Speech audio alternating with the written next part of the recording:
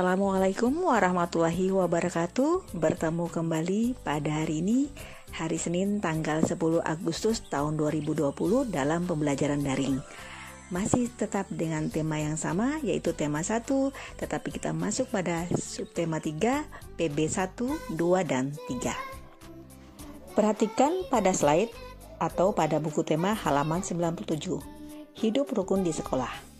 Udin dan temannya belajar di sekolah. Selain waktu belajar, ada juga waktu istirahat. Waktu istirahat dapat digunakan untuk berbagi hal. Ada yang bermain, berbincang, atau saling bercanda dengan teman.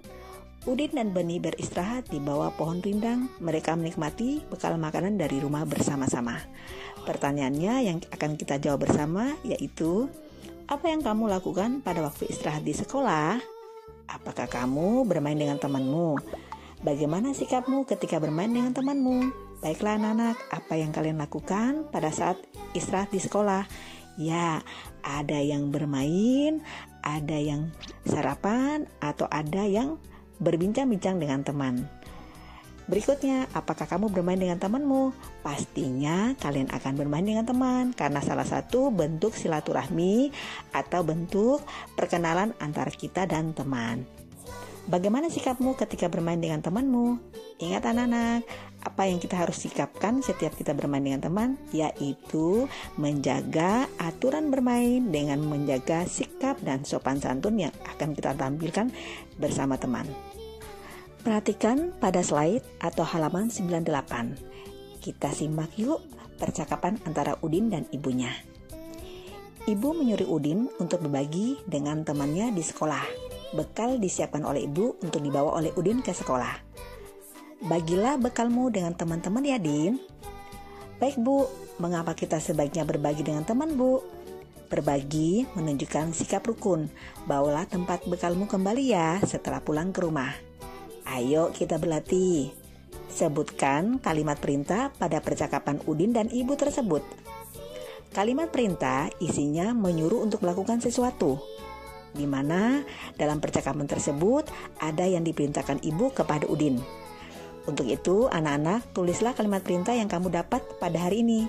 Ya, kita jawab bersama ya, yaitu bawalah tempat bekalmu kembali ya Udin ketika pulang ke rumah.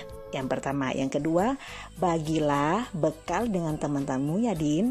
Itu merupakan salah satu atau dua contoh kalimat perintah yang diberikan kepada ibu kepada Udin. Pada slide berikutnya atau halaman 99 buku tema, anak-anak diperintahkan untuk peragakan kalimat perintah di depan kelas. Akan tetapi karena sekarang anak-anak dalam pembelajaran PJJ, maka anak-anak cukup memperagakan kalimat perintah di depan keluarga, yaitu ayah bunda, kakek nenek, adik, dan kakak. Selanjutnya, anak-anak lengkapi kalimat perintah di bawah ini, yaitu dari nomor 1 sampai nomor 5. Tapi ingat, di halaman 99 ini lengkapi kalimatnya hanya dengan kalimat perintah dan sebagai pengayaan saja di rumah, dibantu oleh ayah bunda ya, tidak perlu dikumpul ke sekolah. Baiklah anak-anak, kita lanjut pada slide berikutnya, yaitu pada halaman 106 buku tema. Kita masuk pada PB2 hari ini, yaitu di mana ada percakapan dan gambar yang harus anak-anak amati. Udin dan teman-teman belajar di sekolah dengan senang. Suasana di sekolah menyenangkan karena mereka saling menjaga kerukunan. Perhatikan gambar Udin dan teman-teman yang sedang bermain lari berpasangan. Anak-anak, dalam kegiatan lari berpasangan ini akan anak-anak peroleh di dalam pembelajaran PJOK bersama Bu Guru Olahraga ya. Slide selanjutnya yaitu halaman 108 pada buku tema. Ayo kita membaca. Bacalah teks di bawah ini dengan intonasi dan lafal yang tepat dengan percaya diri. Anak-anak, kali ini Ibu akan mengajak kalian membaca bersama dengan Bu Guru ya. Berolahraga bersama. Hari ini Udin dan teman-teman berolahraga. Pak Guru meminta siswa untuk berlari berpasangan. Udin dan Edo saling berpasangan. Tiba-tiba mereka terjatuh karena gerakan kakinya tidak kompak. Kaki Edo terluka dan berdarah. Udin membantu Edo berdiri. Pak Guru mengantarkan Edo ke UKS. Pak Guru pun mengingatkan siswa lainnya, berhati-hatilah ketika berlari. Samakan langkah kalian terlebih dahulu. Anak-anak, kita jawab bersama ya.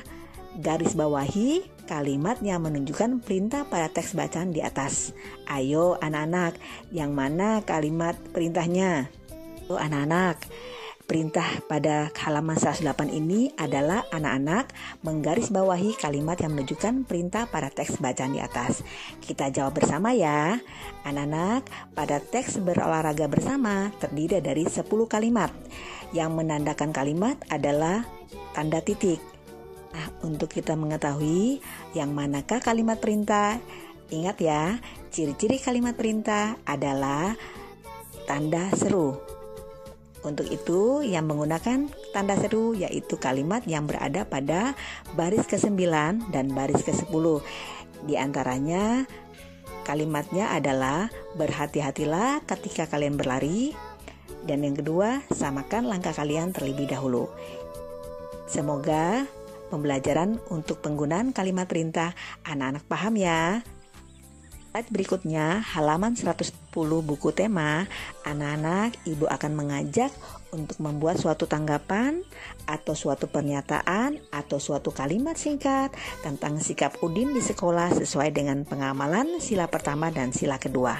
Anak-anak tingkat tentukan sikap manakah yang dimaksud yang sesuai dengan sila pertama dan sila kedua. Ingat, semua tanggapan atau tulisan atau kalimat dibuat ke dalam buku sebagai pengayaan saja di rumah didampingi oleh ayah bunda. Selanjutnya, anak-anak ibu ajak untuk kita sama-sama mengucapkan bunyi sila dari sila pertama dan sila kedua.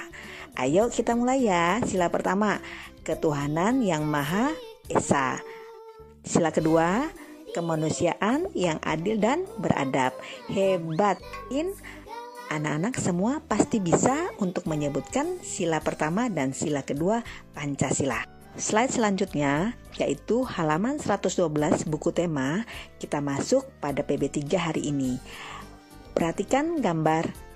Udin dan teman-temannya selalu menjaga kerukunan. Contohnya adalah bersama-sama melakukan tugas piket di kelas. Ayo kita amati gambar. Perhatikan gambar di bawah ini. Apa yang dilakukan oleh siswa? Ya benar, anak-anak para siswa melakukan kerja bakti atau piket bersama untuk membersihkan kelas. Anak-anak yang ibu harapkan pada kalian hari ini adalah anak-anak bisa mencontoh sikap, yaitu sikap hidup rukun bersama di dalam kelas. Salah satunya adalah melakukan tugas piket dengan penuh tanggung jawab. Berikutnya atau halaman 115 pada buku tema. Ayo kita belajar berhitung ya. Benny bertugas membereskan lemari kelas. Di lemari terdapat kotak kapur tulis.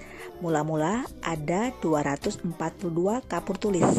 Kapur tersebut digunakan sebanyak 38 buah. Ayo kita berhitung ya, sisa kapur yang digunakan ada berapa ya. Kemudian kita bisa menggunakan dengan cara panjang dan cara pendek. Selanjutnya pada slide atau halaman 116 buku tema, ibu akan menjelaskan cara pengurangan dengan menggunakan cara panjang dan cara pendek. Yang pertama anak-anak perhatikan pada slide, yaitu angka 242 terdiri dari angka 200 sebagai angka ratusan ditambah 40 sebagai angka puluhan dan 2 sebagai angka satuan. Pada jalur kiri, angka tersebut dipindah atau dipisahkan. Angka ratusan tetap menjadi angka 200, tetapi angka puluhan dirubah menjadi 30 dan 10. Angka satuannya tetap. Kenapa angka puluhan dibagi atau dirubah atau dipecahkan menjadi 30 dan 10?